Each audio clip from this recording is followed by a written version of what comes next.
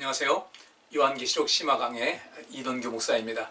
이 시간은 요한계시록 10장 1절부터 11절까지 말씀을 통해서 함께 은혜를 나누도록 하겠습니다. 본문 말씀을 제가 봉독합니다.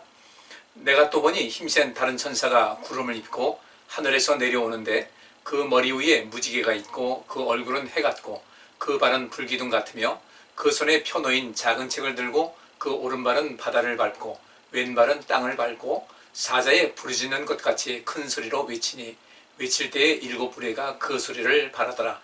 일곱 우레가 발할 때에 내가 기록하려고 하다가 곧 들으니 하늘에서 소리나서 말하기를 일곱 우레가 발한 것을 인봉하고 기록하지 말라 하더라. 내가 본 바 바다와 땅을 밟고 섰는 천사가 하늘을 향하여 오른손을 들고 세세토록 살아계신 자 곧 하늘과 그 가운데 있는 물건이며 땅과 그 가운데 있는 물건이며 바다와 그 가운데 있는 물건을 창조하신 이를 가리켜 맹세하여 가로되 지체하지 아니하리니 일곱째 천사가 소리내는 날 그 나팔을 불게 될 때에 하나님의 비밀이 그 종 선지자들에게 전하신 복음과 같이 이루리라. 하늘에서 나선 내게 들리던 음성이 또 내게 말하여 가로되 내가 가서 바다와 땅을 밟고 섰는 천사의 손에 펴놓인 책을 가지라 하시게 하기로 내가 천사에게 나가 작은 책을 달라 한즉 천사가 가로되 갖다 먹어버리라. 네 배에는 쓰나 네 입에는 꿀같이 달리라 하거늘 내가 천사의 손에서 작은 책을 갖다 먹어버리니 내 입에는 꿀같이 다나 먹은 후에 내 배에서는 쓰게 되더라. 저가 내게 말하기를 네가 많은 백성과 나라와 방언과 임금에게 다시 예언하여야 하리라 하더라. 아멘. 이 시간에는 예수님의 임재와 명하신 일이라는 주제로 함께 말씀을 살펴보도록 하겠습니다. 1절 말씀 보니까 내가 또 보니 힘센 다른 천사가 구름을 입고 하늘에서 내려오는데 그 머리 위에 무지개가 있고 그 얼굴은 해 같고 그 발은 불기둥 같으며 이렇게 말씀하고 있습니다. 근데 여기서 이 힘센 다른 천사가 누군가? 여기서 힘세다라는 그런 단어를 보면 이스퀴로스라는 단어가 쓰여지는데 모든 것을 이길 수 있을 만큼 힘있고 강하며 강력한이라는 뜻이 있고요. 그 다음에 다른 천사, 여기서 이 천사라는 뜻이 무엇인가?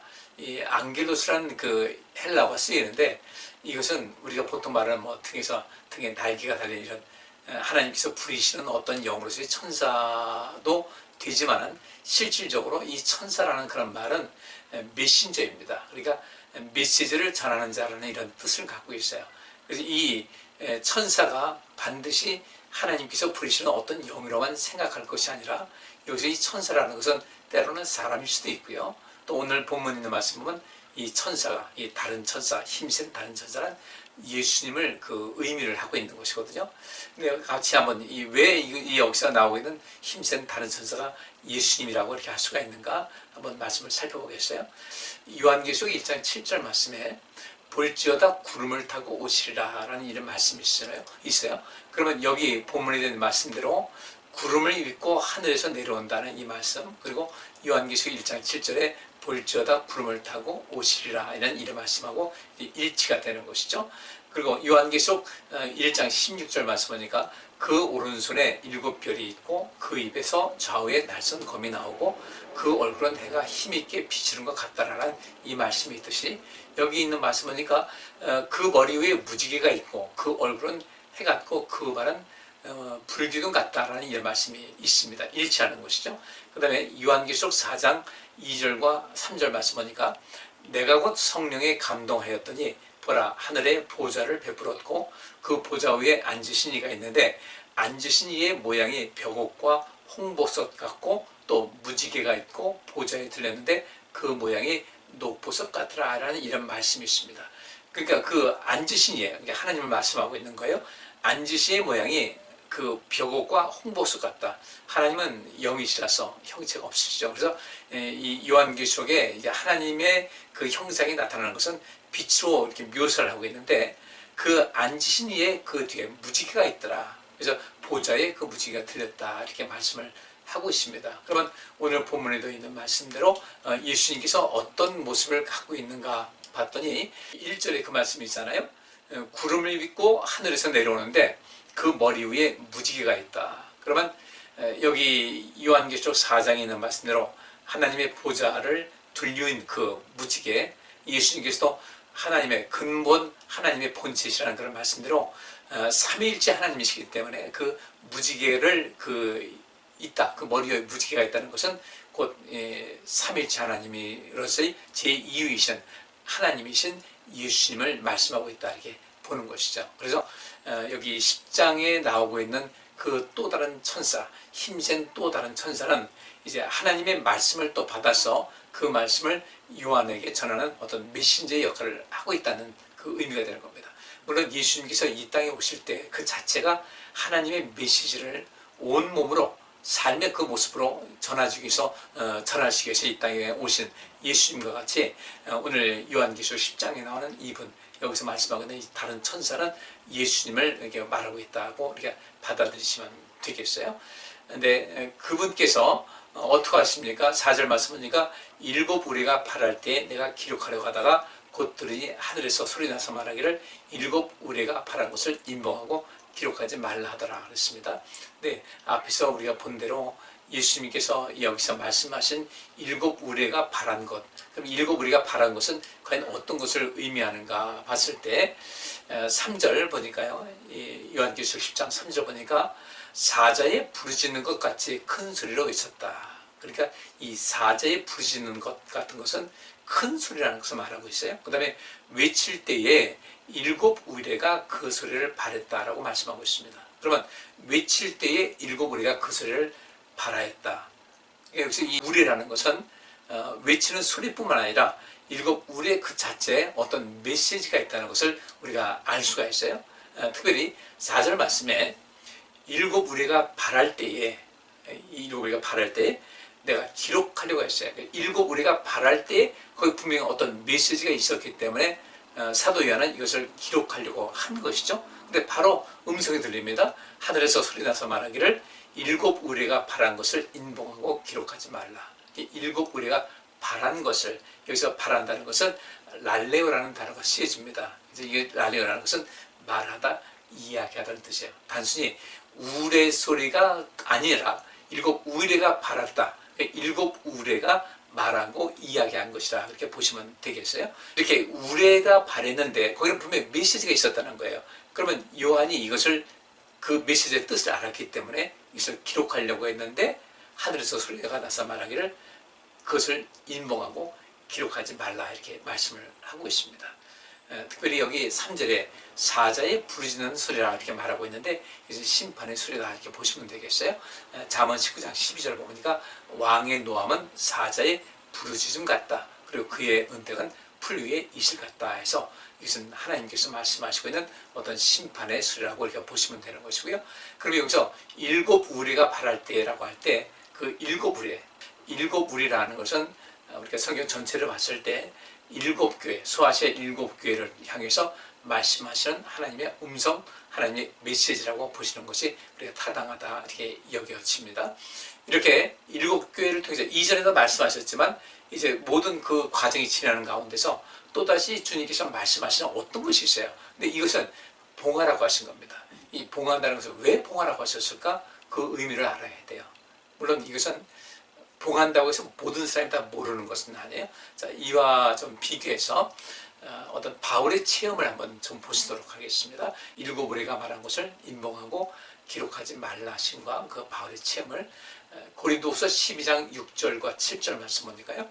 내가 만일 자랑하고자 해도 어리석은 자가 되지 아니할 것은 내가 참말을 함이라. 그러나 누가 나를 보는 바와 내게 듣는 바에 지나치게 생각할까 두려워하여 그만두노라. 여러 계시를 받은 것이 지극히 크므로 너무 자고하지 않게 하시려고 내 육체에 가시곧 사단의 사자를 주셨으니 이는 나를 쳐서 너무 자고하지 않게 하려 하심이니라. 우리 모두가 잘 알고 있듯이 바울은 삼층전 곧 낙원에까지 갔다 온 그런 사람이었어요. 그런데 낙원에 가서 이제 말할 수 없는 것을 봤겠죠. 또 말할 수 없는 것을 여기 있는 말씀대로 내가 참말을 하는데 내가 잘하는 것이 아니다. 참말을 하는데 이게 듣는 바에 지나치게 생각할까 두려워하여 그만둔다 이렇게 말씀을 하고 있습니다. 우리 계속해서 이 바울이 한 말에 보면은 말할 수 없는 것을 들었다. 그러니까 이 모든 것을 그렇게 낙원에 가서 주님과 많은 대화를 했고 많은 것을 봤는데 그런 것을 있는 그대로 얘기한다고 할 때 과연 듣는 사람들이 제대로 들을 수 있을 것인가. 그래서 이것도 요한에게 그 우레를 바랄 때 들었던 메시지를 인봉하라, 말하지 말라는 거죠. 쓰지도 말라는 겁니다. 마찬가지로 바울이 체험했던 것도 주님께서는 인봉하라 하신 겁니다. 말하지 말아라. 그래서 그가 너무나 깊은 영적인 세계, 하나님 나라의 세계를 보고 온 가운데 여기 있는 대로 7절 말씀하니까 여러 계시를 받은 것이 지극히 크므로 너무 자고하지 않게 하시고 내 육체에 가시고 사단의 사자를 주셨다. 이는 나를 쳐서 너무 자고하지 않게 하려 하심이라. 분명히 바울에게도 인봉하라는 말씀, 요한에게서도 말씀 같은 그런 의미로 말씀을 주셨다는 것이죠. 다른 또 성경을 통해서 인봉한다는 것이 어떤 것인지 한번 살펴보도록 하겠습니다. 마태복음 13장 10절부터 15절까지 말씀 보니까요. 제자들이 예수께 나와 가로되 어찌하여 저희에게 비유로 말씀하시나이까? 대답하여 가라사대 천국의 비밀을 아는 것이 너희에게는 허락되었으나 저희에게는 아니 되었나니 무릇 있는 자는 받아 넉넉하게 되되 무릇 없는 자는 그 있는 것도 빼앗기리라. 그러므로 내가 저희에게 비유로 말하기는 저희가 보아도 보지 못하며 들어도 듣지 못하며 깨닫지 못함이니라. 아멘. 여기서 물론 사도 요한에게 그 인봉하라는 하신 말씀, 또 바울에게 그렇게 하라는 말씀과는 다른 차원이에요. 예수님께서 씨 뿌리는 비유를 말씀하셨습니다. 거기 있는 사람들, 제자들을 비롯해서 그 말 뜻이, 그 예수님께서 가르친 뜻이 무엇인지를 잘 알지 못했어요. 이때 많은 사람들이 일단 그런가 보다 하고 넘어가는데 예수님의 제자들이 따로 예수님께 나옵니다. 그래서 어찌하여 저에게 비유로 말씀하십니까? 왜 이 모든 것을 비유로 말씀하시는지 모르겠습니다. 이것이 어떤 뜻인지 그래서 잘 모르겠습니다. 이렇게 하실 때 예수님께서 대답하여 말씀하시기를 천국의 비밀을 아는 것이 너희에게는 허락되었으나 저희에게는 아니 되었다. 그러면 이 천국의 비밀을 아는 것이 너희에게 허락됐다는 것은 무엇이겠어요? 이 뜻을 알고 싶어서 주님께 찾아온 이 사람들, 주님께서는 그 비밀을 알려주시겠다는 것이죠. 분명히 예수님께서는 이 비유로 말씀하시는 것도 역시 마찬가지로 인봉한 그런 상태로 주시는 거예요. 그러니까 알아듣지 못한 거죠. 근데 이 인봉된 것을 어떤 사람이 알아차릴 수가 있을까? 예수님께 그것을 여쭙는 거죠. 마찬가지예요. 바울이 체험했던 것, 또 요한이 인봉하라는 그런 말씀을 들었을 때 이 모든 것이 인봉된 것, 요한에게 말씀하시기에 인봉해라, 또 바울에게도 인봉해라 이렇게 말씀하신 것이 어느 날인가 풀릴 것이 있을 텐데 그것을 풀릴 때 언제 어떤 사람에게 풀릴 것이라는 것이죠. 분명히 예수님께서 여기 있는 대로 천국의 비밀을 아는 것이 너희에게는 허락되었다 하시면서 가르쳐 주듯이 주님의 은혜를 간절히 사모하고 또 하나님을 향한 그 마음의 눈과 영의 눈이 열린 사람에게는 하나님께서 그 인봉된 것을 풀어서 가르쳐 주실 것이라는 것이죠. 그런데 찾지 않는 일할 사람들, 두드리지 않는 사람에게는 인봉되는 것이 허락되지 않는, 그 열리지 않는다는 것을 말하고 있어요. 그래서 12절 말씀대로 무릇 있는 자는 받아 넉넉하게 되되 무릇 없는 자는 그 있는 것도 빼앗길 것이다. 그러므로 내가 저희에게 비유로 말하기는 저희가 보아도 보지 못하며 들어도 듣지 못하며 깨닫지 못함이니라. 어차피 이들은 깨닫지 못하는 그런 상태에 있다는 것이에요. 그래서 인봉에서 분명히 말씀은 하셨지만 그 의미에 대해서는 인봉을 하신 거예요. 왜 그랬을까? 저는 보아도 보지 못하고 들어도 듣지 못한다. 그냥 분명히 봤으면 봐야 되잖아요. 보아도 보지 못한다는 것은 무슨 뜻이겠습니까? 들어도 듣지 못한다는 것은 무엇이겠어요? 결론은 깨닫지 못한다는 것이죠. 그래서 늘상 그 하나님의 은혜에 그 문턱까지만 갔다가 그저 거기서 주저앉는 이런 경우를 많이 말씀을 하고 있는 것이거든요. 그래서 이제 뒤에 14절과 15절 보면 이렇게 주님께서 계속해서 말씀을 하십니다. 이사야의 예언이 저희에게 이루었다. 이사야의 예언이 누구에게 이른 겁니까? 이 천국의 비밀을 분명히 주님께서 말씀하셨는데 그 인본된 상태에서 그 의미를 깨닫지 못하는 사람들, 이 뜻이 무엇인지 알고 싶어서 찾아온 제자들에게는 그 인봉이 열려서 그 뜻을 알게 되는데 그냥 가만히 있는 사람들에게는 그 예언, 이사야의 예언이 이루어진다는 거죠. 그러면 이사야의 예언이 무엇입니까? 너희가 듣기는 들어도 깨닫지 못할 것이요 보기는 보아도 알지 못하리라. 이 백성들의 마음이 완악하여져서 그 귀는 듣기에 둔하고 눈은 감았으니 이는 눈으로 보고 귀로 듣고 마음으로 깨달아 돌이켜 내게 고침을 받을까 두려워함이라 하였느니라. 바꿔 말하면요, 분명히 하나님 말씀은 열린 말씀이에요.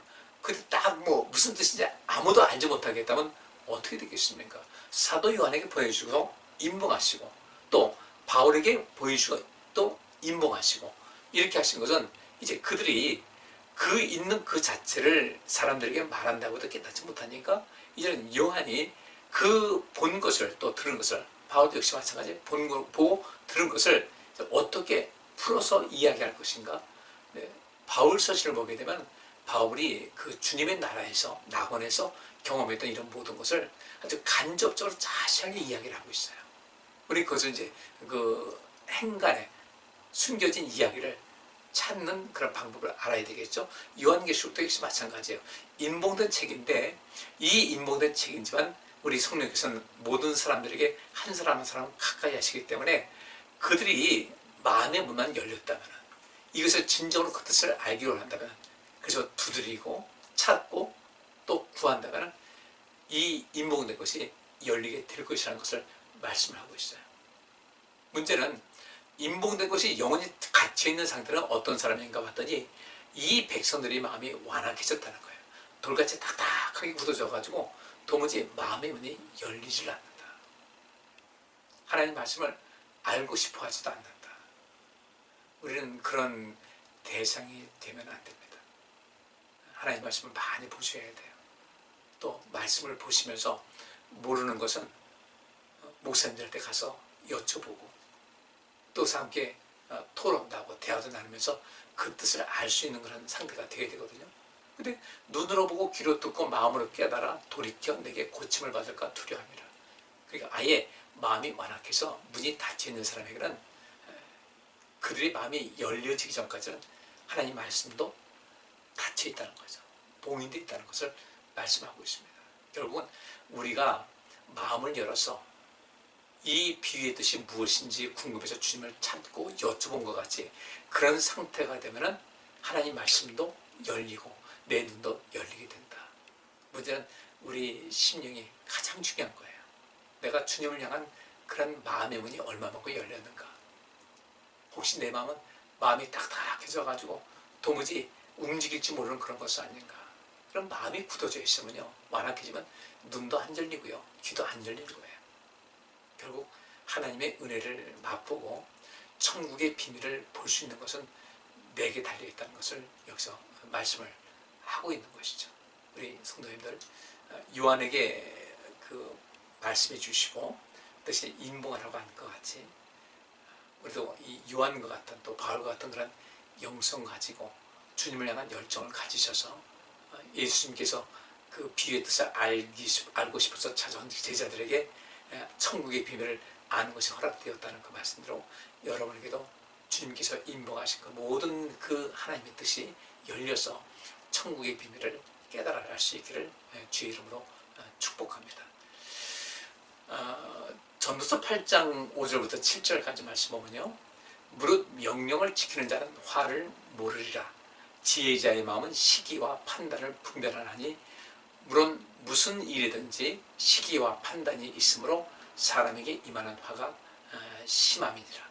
사람이 장래일을 알지 못하나니 장래일을 가르칠 자가 누구이랴, 이렇게 말씀하고 있습니다.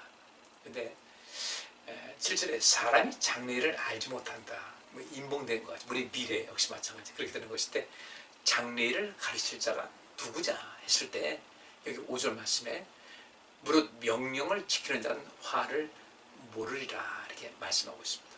여기서 이 모른다는 단어가 야다라는 단어가 쓰여져요. 안다는 거죠. 그러면 무엇을 알겠습니까? 명령을 지키는 자는 화를 모를 것이다. 명령을 지키는 자는 하나님께 주신 모든 은혜를 알게 되고 선과 악을 분별할 수 있게 되고요, 의와 불의를 구분할 수 있는 그런 삶이 된다는 겁니다.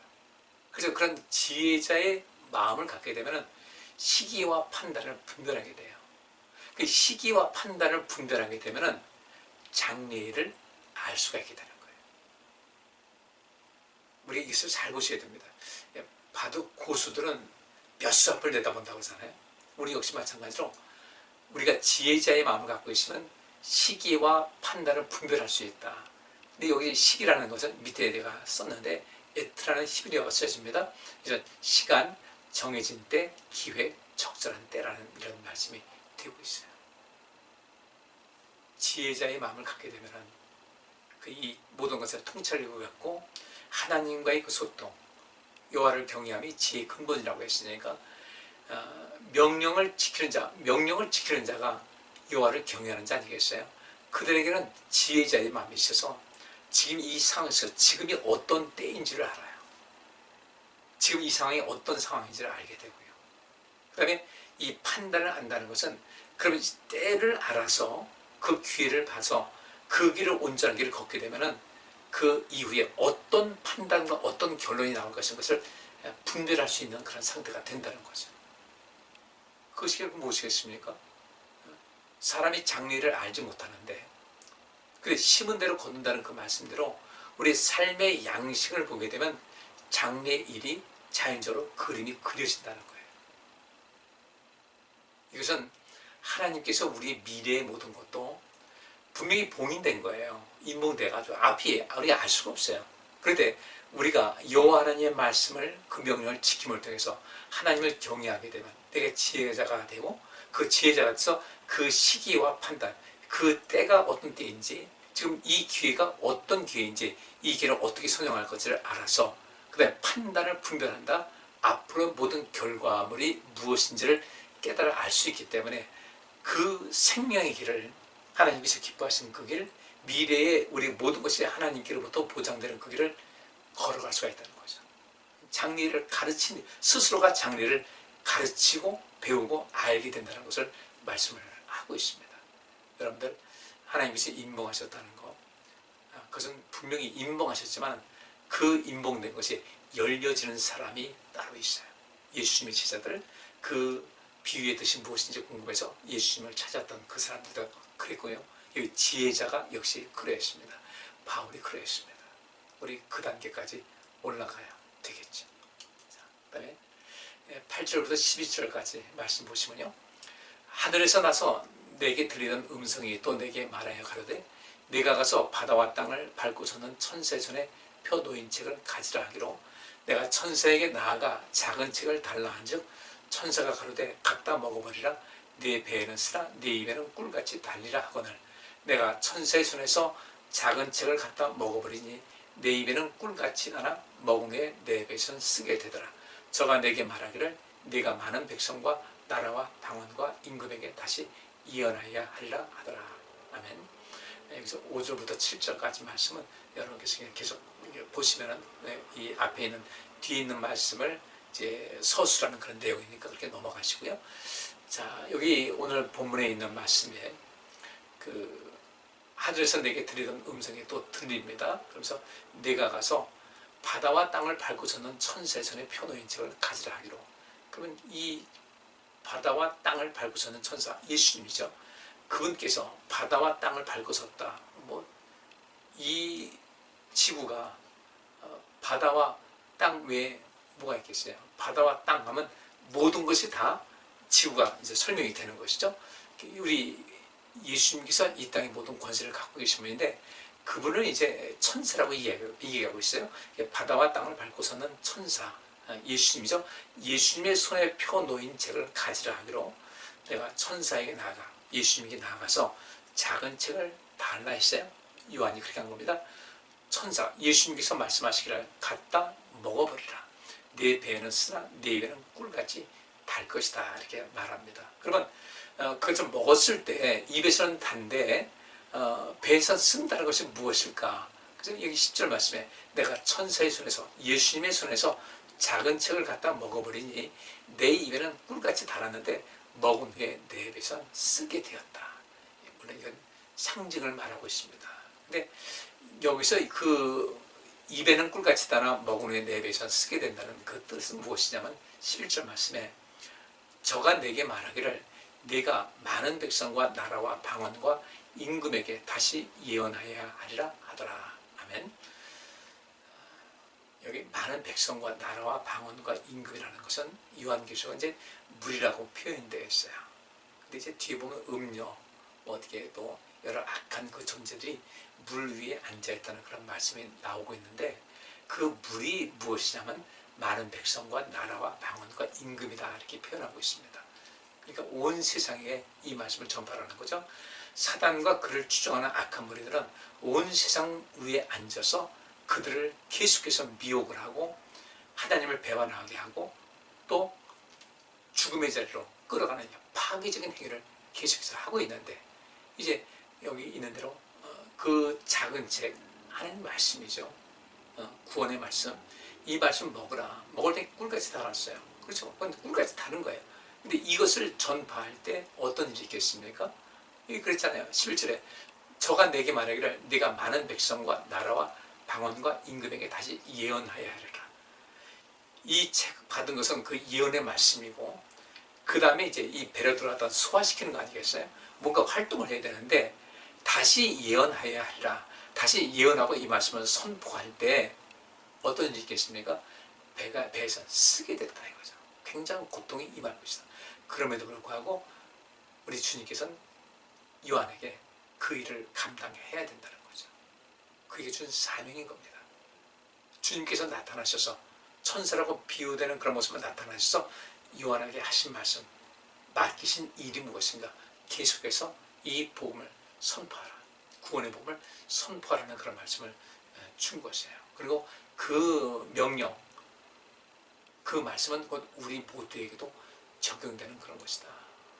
우리가 하나님의 은혜를 날마다 받기 위해서 뭐 아멘도 하고 이렇게 하는데, 은혜 받았다고 하는데 그 은혜 받았다는 것은 바꿔놓으면 입에서는 단 거예요.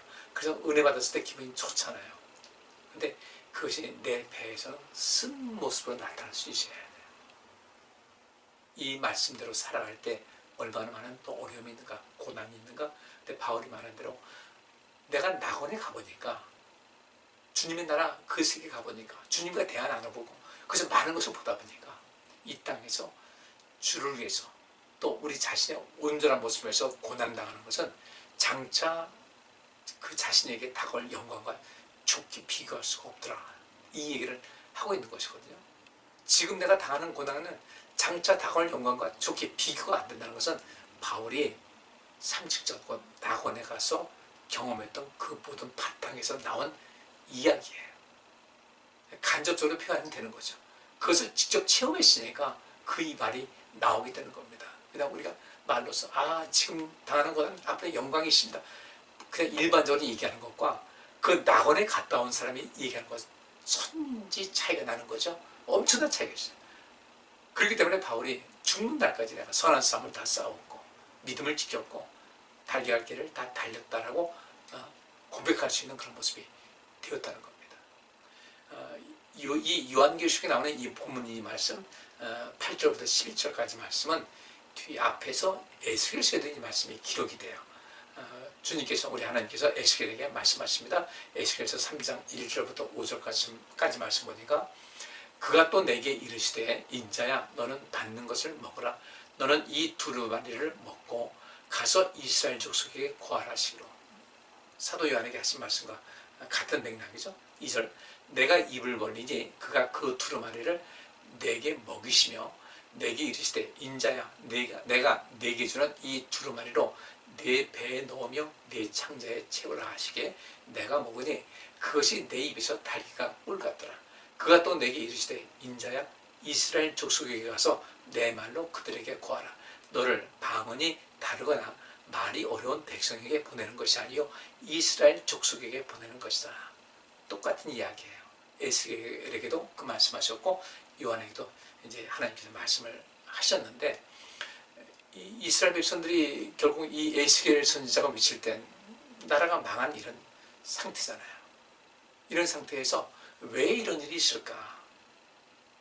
이들이 다시금 하나님의 은혜 속에서 사명을 알고 하나님께서 부르신 그 제사장의 사명을 감당하기 위해서는 분명히 그들에게 뭔가 예언의 말씀을 전파할 필요가 있다는 것이죠. 근데 지금 이스라엘이라는 나라가 엉망진창이 되고 나라가 망하는 이런 그 과정에 있다 보니까 이들에게는 마음이 완악한 상태고 돌이킬 그런 상황이 아닌 거예요. 근데 이렇게 말씀을 전파하다 보니까 에스겔에게도 역시 어려움이 있겠죠. 에스겔은 직접 그 하나님께서 계시하시는 모든 말씀과 예언의 말씀을 주실 때 희망이 보이는데, 근데 이 백성들에게 그 희망을 전달했을 때 그 말씀을 이들이 받아들일까 어렵다는 거죠. 어려우니까 자연히 그에게 고난이 뒤따르고 어려움이 뒤따르고 하는 그런 것을, 이것을 그 은혜의 말씀, 구원의 말씀, 복음을 입에 받았을 때는, 쉽게 말하면 지금 은혜를 받았을 때는 굉장히 기쁘고 넘치는데, 기쁨이 넘치고 즐거운데, 이것을 온 세상에 전파하고 내가 이 말씀대로 살아가는 그 가운데 있다 보니까 내 배에서는 쓴맛이 나더라. 굉장히 고통스러운 것이 있더라는 것을 말씀을 하고 있습니다. 자, 우리가 요한계시록을 읽는 가운데서 사실은 그거예요. 무엇이 중요한가? 우리 요한계시록을 보면서 많은 것을 새롭게 경험을 해요. 아, 이런 말씀이구나. 요한계시록이 어떤 우리에게 재앙을 내리고 그런 말씀이 아니고 우리를 살리고자 하는 예수님의 따뜻한 사랑의 말씀이라는 것을 아는데, 우리가 맨날 예수 안에서 이렇게 행복과 평안과 형통 이 모든 것만 바라보지 말고 우리 이 땅에서 이 세상을 행복하게 하고 이 세상에 선한 영향력을 행사할 수 있는 그런 온전한 믿음의 사람, 하나님의 참 자녀답게 살기 위해서는 우리가 이 창자에서 이 배에서 쓴맛을 느끼듯이 그런 길을 걸어가야 된다는 거예요. 그래야만 우리가 천국에서 그 큰 영광을 맛볼 수가 있고, 우리를 통해서 이 세상에 조그만 어떤 영향력이라도 행할 수 있는 그런 삶을 살아갈 수 있지 않을까. 그래서 어떤 그 열매를 가지고 주님 앞에 가야 되지 않겠어요? 2달란트 받은 사람같이 5달란트 받은 사람까지, 그것이 어떤 것인지 모르지만 주님 앞에 갔을 때 애 많이 썼다, 수고했다, 내가 너희 수고를 하노라, 착하고 충성된 종아, 이 말씀 들어야 되지 않겠습니까? 그러기 위해서는 우리가 하나님의 말씀을 받고 은혜를 잊고 또 기도하는 그 가운데서 큰 충만한 기쁨이 있어야 돼요. 그리고 그것을 가지고 내가 이것을 많은 사람들에게 전파하고 내가 그 말씀대로 살아가는 가운데 어려움이 있다 할지라도, 고난이 있다 할지라도 그 배에서 쓰다는 말씀이 그것이거든요. 잘 인내하시면 좋은 열매가 이 땅에도 있고 우리 한 사람 한 사람을 통해서 이 세상에 살아나는 역사가 나타나게 될 줄 믿습니다. 우리 모두 그렇게 되기를 주의 이름으로 축복합니다. 기도합니다. 하나님 감사합니다. 이 시간도 주의 귀한 말씀 대하고 우리의 삶의 여정을 어떻게 살아야 될 것인지 주님께서 우리에게 주신 말씀, 그 말씀은 우리 입에는 달지만 배에선 쓰다는 그 말씀 의미를 알았습니다. 주 앞에 충성된 종이 되어서 내가 살고 세상을 살리는 주님의 귀한 자녀들, 주님의 귀한 그 백성들이 다 되게 하여 주옵소서. 예수 그리스도 이름으로 기도하옵나이다. 아멘. 오늘 여기까지 하겠습니다. 감사합니다.